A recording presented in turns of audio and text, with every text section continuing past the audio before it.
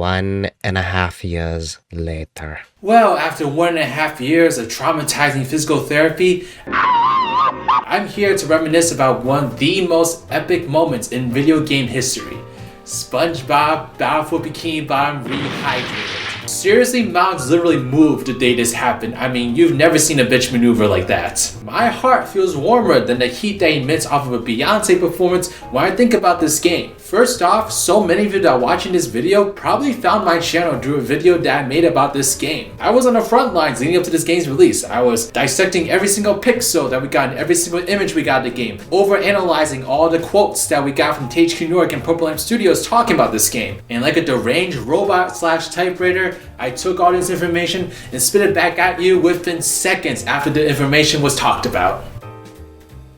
It was a great life! With Rehydrated, while I look back at this game with so much fondness and respect, I can't help but think that so much of my love for this game has been rooted to all the stuff that was happening leading up to the game's release for me. First off, this game helped me reach an audience that loves stupid licensed games as much as I do. We all share this common love for experiences that can somewhat decently translate our favorite television and movie properties into these immersive experiences that we simply can't get with moving pictures on a screen. This game is also the first time I've truly worked closely with a game publisher. I remember connecting with a THQ Nordic rep at PAX East, and not only did I get to report exclusive information about the game, but I also snagged an interview along with awesome swag to give away to you all near the game's release. I also worked with the community to raise money for a great cause riding off of the hype of Rehydrated, and it just crafted this sense of belonging I never thought I could find on the internet. So Rehydrated was literally the door to Narnia for me in so many ways when it came to content creation. Back when I reviewed this game, I definitely did not have like an objective mindset that could look at this game critically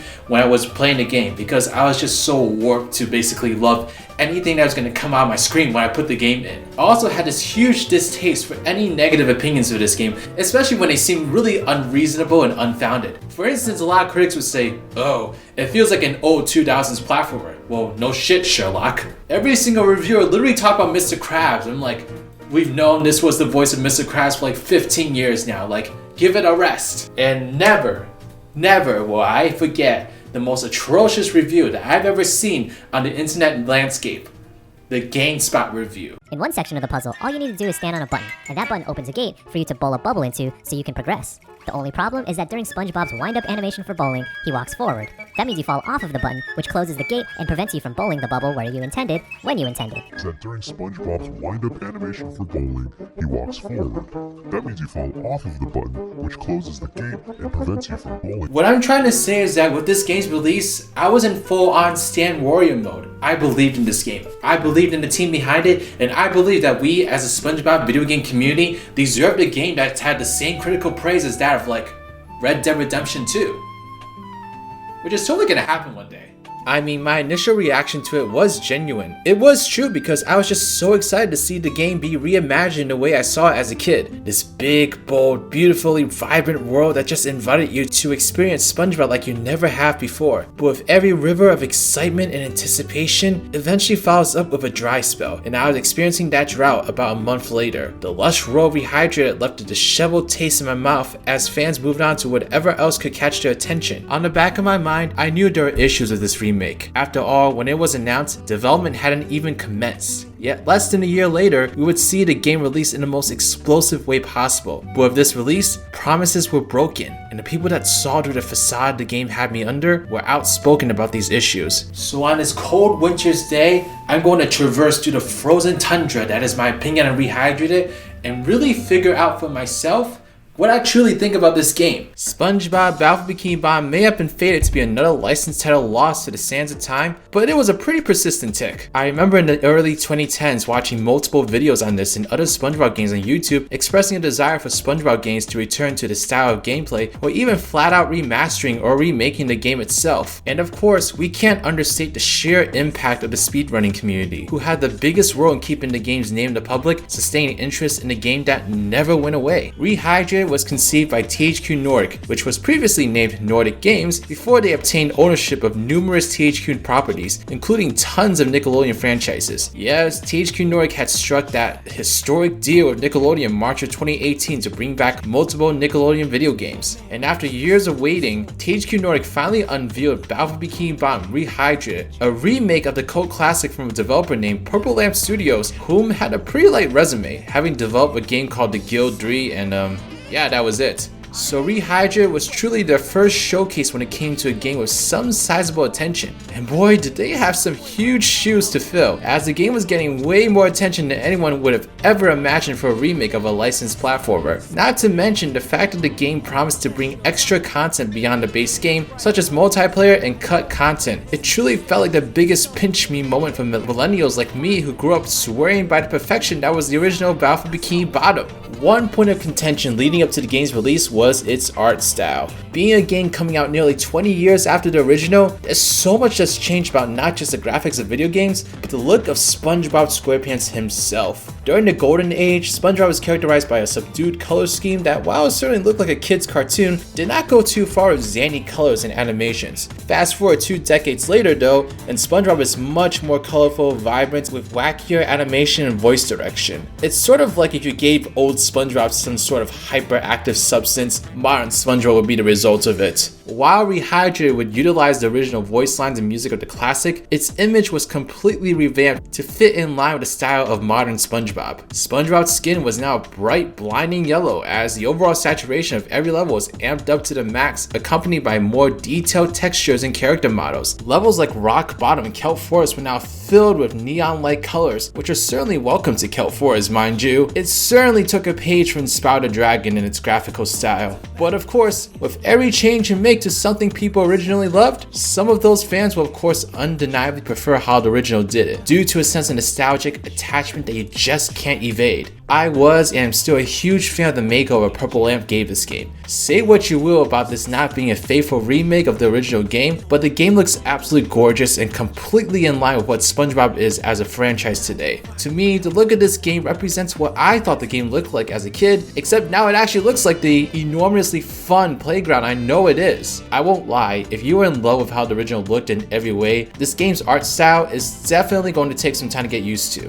Nickelodeon is pretty strict about all aspects of the franchise, following a strict theming for brand consistency. And if you took a quick look at Camp Coral, The Patrick Show, Sponge Out of Water, Rehydrated's graphical style makes too much sense. But personally, I've always been a huge fan of this game's art style. It can overdo the colors at times, but the game honestly looks like candy and helps bring a different, more vibrant energy to the game. A part of me is always going to love how the original presented itself due to that irreplaceable cherished memory of booting the game up that will never go away from me. But at the same time, I really like Purple Lamp's interpretation of the game's visual art style. It just looks like a fun and inviting game. I love pretty much all the levels, but definitely have some clear favorites. Sand Mountain was a lot of fun for me because the sand in the level actually looks like sand now, so I just thought it was a cool way to emphasize the uniqueness of the SpongeBob universe. Kelp Forest is literally one of the most gorgeous SpongeBob environments now. I love the dark aesthetic and an almost neon-like coloring of the environment that helps it stand out. In SpongeBob's Dream, this may be a little controversial, but I love the gradient background they went with instead of the pattern of the original. Sure, it's a little less SpongeBob-like if that makes sense, but it helps to elevate the dreamlike feel of the level so much more. But alright, we've established that the game looks great. I also mentioned the sound is exactly the same, so not much to say there. But what about the gameplay? So Battle for Bikini Bottom Rehydrated had to be made completely from the ground up on Unreal Engine. Thus, with any remake like this, there's always a chance of the game failing to recapture the feel of the original, as that's just a natural obstacle of trying to remake a game without building it off the original. I'm not sure if they had access to original code, but I would bet it was probably from a distance because Rehydrated definitely controls differently from BFBB. I wouldn't say BFBB was known for its controls. It's not like we're talking about 2D Sonic games recapturing the momentum-based physics that classic games had, but BFBB is more so known for its controls in the speedrunning community. So really, the only attention the controls had for this remake was whether or not Rehydrated would have those same or similar game-breaking qualities that make the original such a joy to speedrun. Now granted, that's a really odd way to go about making a game, which is making it appealing to the speedrunning community, and I could tell Purple Lamp struggled to articulate how they were going to make this game appealing to speedrunners, as they outright said they were not going to intentionally put glitches into the game, as they should, but they also didn't rule out the fact that speedrunners will find a way to break their game regardless. And they most certainly did. But as I mentioned before, Rehydrated feels really different from VFBB, and quite frankly, it's what helped me realize just how good the original felt. With all the amount of times I played through VFBB, it always felt natural and easy to understand. Spongebob felt like he moved at a reasonable pace, his movement was adequate but also limiting in a balanced way, and sliding in particular was such a joy, even if it got chaotic at times. With Rehydrated, all the changes that were made was to make the game more accessible. That had varying results. Some of the most immediate changes you can notice is how projectile enemies now produce red targets that show you exactly what they're shooting at. I mean, thanks Rehydrated, I had no idea I was blind until now. It seems like a bit much, but I'm not gonna lie, the tartar sauce and rocket robots were definitely annoying as hell in the original, so it's nice having these targets over here to show you where they're aiming at. There's nothing worse than having one of those robots knock you off near the top of Jellyfish Fields or rock bottom and forcing you to trek all the way back to where you just were. There were also some mechanics of the game that you can tell were made to be easier. Patrick's throwing ability, for instance, has an outlined target for you to toss it to beyond the targets assigned in the original game. Like when you need to throw a watermelon across to another platform, the game picks out a spot for you to throw it to. Sandy also is able to lasso enemies in the air, and the lasso itself is just much faster overall. Spongebob also has a dedicated button to tiptoeing, making destroying those sleepy time robots a breeze. These are changes I'm more than welcome to the table, as they enhance the gameplay experience and reduce the amount of times you may die due to difficult controls. But there are also some changes I found to be questionable. For instance, the bubble bowl, it just don't work right. First off, since Purple Lamp enhanced the world by adding things like pebbles and debris on the ground, these things actually alter the bubble bowl's trajectory and can screw up some challenges for you. Also, I noticed sometimes the bubble bowl just stops for some reason, or doesn't hit something even though it goes right into it. Like, it just seems like a much weaker and more annoying version of the original. Everything about the game just feels slower to me. Like, I don't know, something about the speed and the scope of the environments now make it feel slightly more like a drag traveling through these locations. The game certainly still maintains that core experience of the original, but me being someone that's played the original front and back more times than you can count, I couldn't help but be a little thrown off. And there was no better example of these physics being different than when I went from acing the rolling ball challenge in one try in the original to spending over 20 minutes trying to finish it and rehydrate it.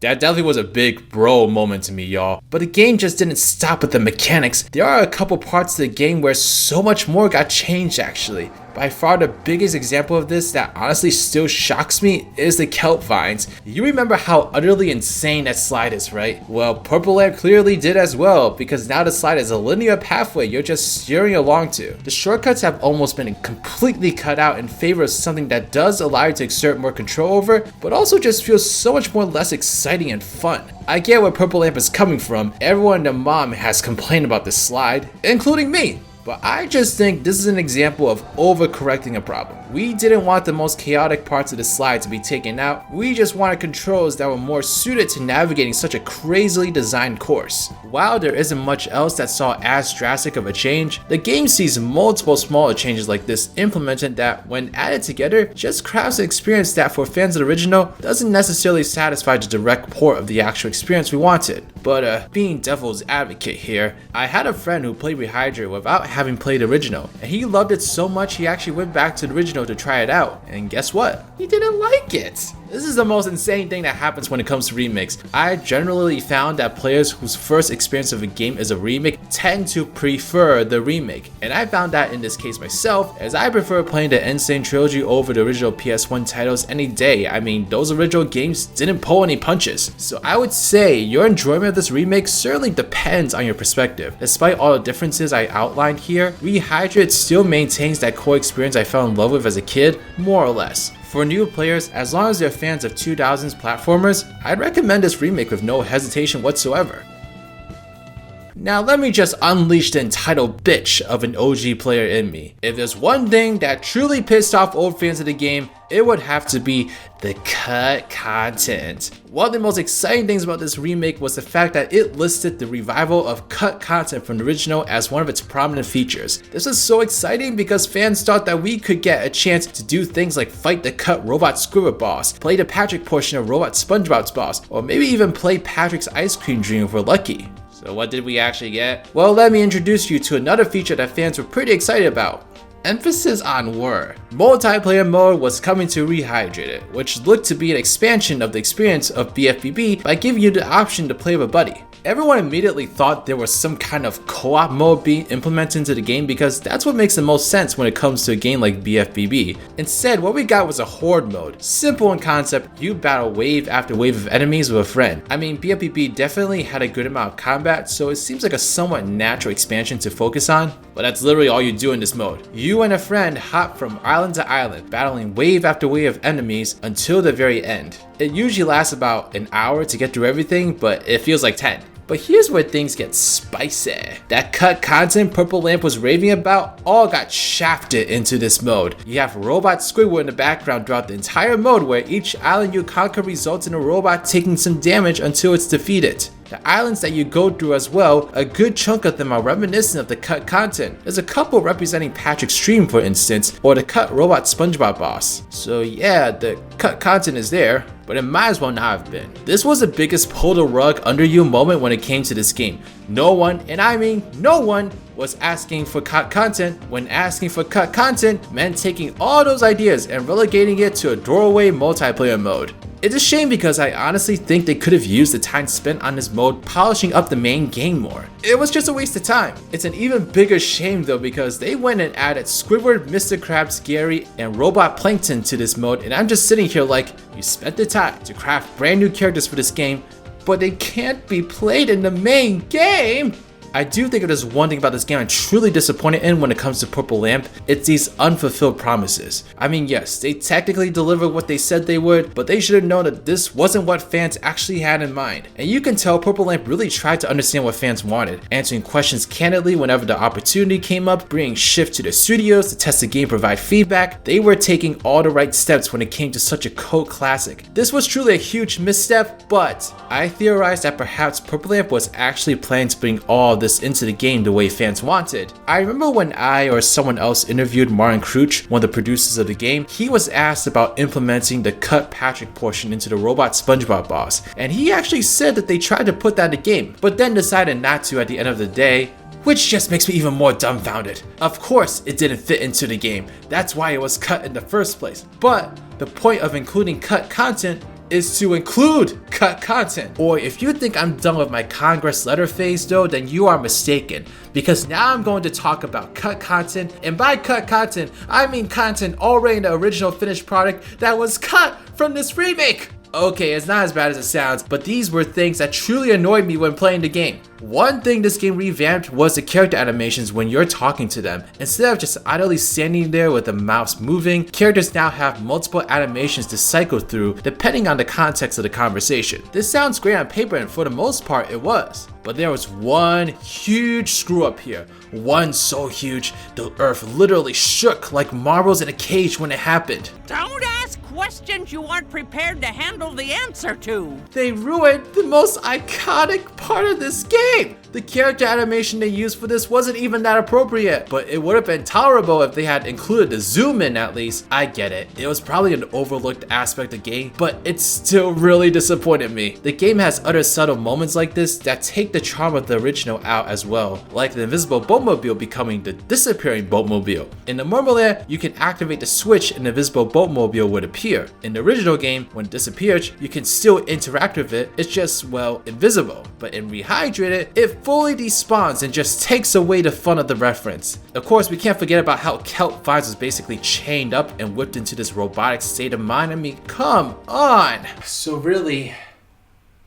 do I like this game? If one thing's for sure, when this game got announced, it was a dream come true. In an age where only the most iconic and beloved games were getting this remake treatment, well, back then, to see BFBB be recognized as being a part of that caliber was exhilarating and pulsating. A game that I had adored and yearned for like a lover scorned was finally being treated as a royalty it was, and I could not have been more excited. And the thing about the journey towards this game was that everything it brought to my channel truly inflated the game's quality in my eyes. I was a rehydrated warrior, 3 to 4 videos a week commentating on or speculating about the game's final form, traveling all the way to a convention just to get my hands on the game and establish a relationship with THQ Nordic. All this led up to interviewing the producer, raising monies for medical needs under the guise of the game's hype, and truly just fulfilling so many dreams I had as a content creator. But in the midst of all that, it was nearly impossible for me to go into Rehydrated with a sound and objective mind. You can tell in my reaction video to the first 15 minutes of the game that I was primed and ready to love every single thing that came up on the screen, all the way down to the bubbles floating in front of SpongeBob's pineapple like I was deranged. But oddly enough, after all this was said and done, I did not actually pick up to play this game more than just a few times, some of which I'm pretty sure was for a live stream. I mean, I did feel fatigued with BFBB in general when all this was finally over, but still, leading up to making this video, I did question how much I truly enjoyed Rehydrated. So I can divide my opinion on Rehydrated into multiple subsets because I'm a stupid crazy bitch. From the standpoint of a faithful remaster of the original experience, it's an amazing package. Nearly everything from BFBB is faithfully recreated and restored here, and much of it is enhanced. I'll never stop praising the visuals. It really is an acquired taste that I understand many OG fans just don't have, but I personally love big vibrant colors in just about any game. We have the technology to create these worlds, why not use it? I mean, if we're talking about like a dark horror-esque game, then yeah, this would be a complete misstep, but it's SpongeBob, and this is what modern SpongeBob has become. And as adverse as I am to what Nickelodeon is shelling out lately, I can't deny visually, it's all spot on, and Rehydrated just took that direction and blossomed.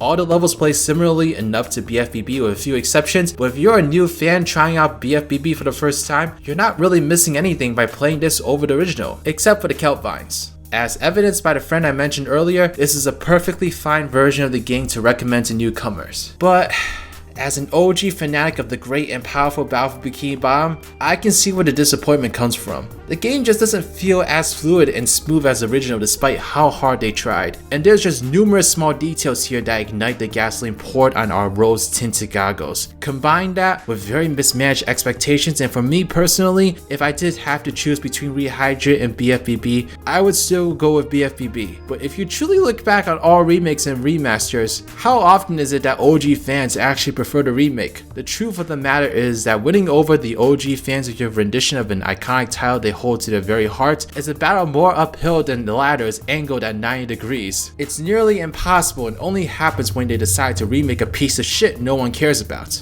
But I just wish Purple Lamp and THQ Nordic wouldn't have pushed the cut content angle early on in the game's cycle, and you could tell they were trying to slowly move away from promoting that aspect of the game as it got closer to release. I truly think there were concrete plans to bring us this stuff in a more meaningful way, and they just ran out of time. Which sucks, but makes total sense considering they had less than a year to make this game, and it was during a pandemic. That really puts into perspective what they were up against. Thankfully, Cosmic Shake seems to be fixing that problem, as the team definitely has had more than a year to make this title. Despite all the highs and lows of Rehydrated, I think it's a solid product and definitely did not get the critical praise it deserved. But that was also on whoever decided to give the game such a tight schedule in the first place, as the game was plagued with numerous bugs and graphical issues that I almost forgot about with his playthrough, since Purple Lamp did go on and patch a lot of this stuff afterwards. Thus, Cosmic Shake looks to be rectifying all that, and I for one can't wait to see what they come up with when it comes to a project that has way less expectations bogging it down.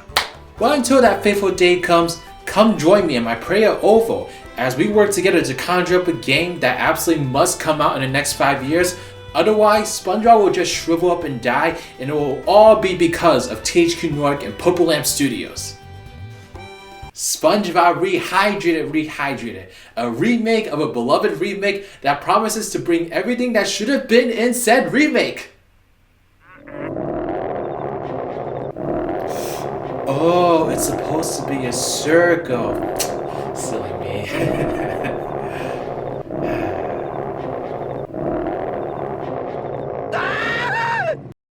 Seriously, mountains literally move the day this happened? I mean, you've never seen a visual move. Seriously, Mounds literally moved the day this. Seriously, Mounds literally moved the day this happened. I mean, I've never seen a bitch maneuver like that.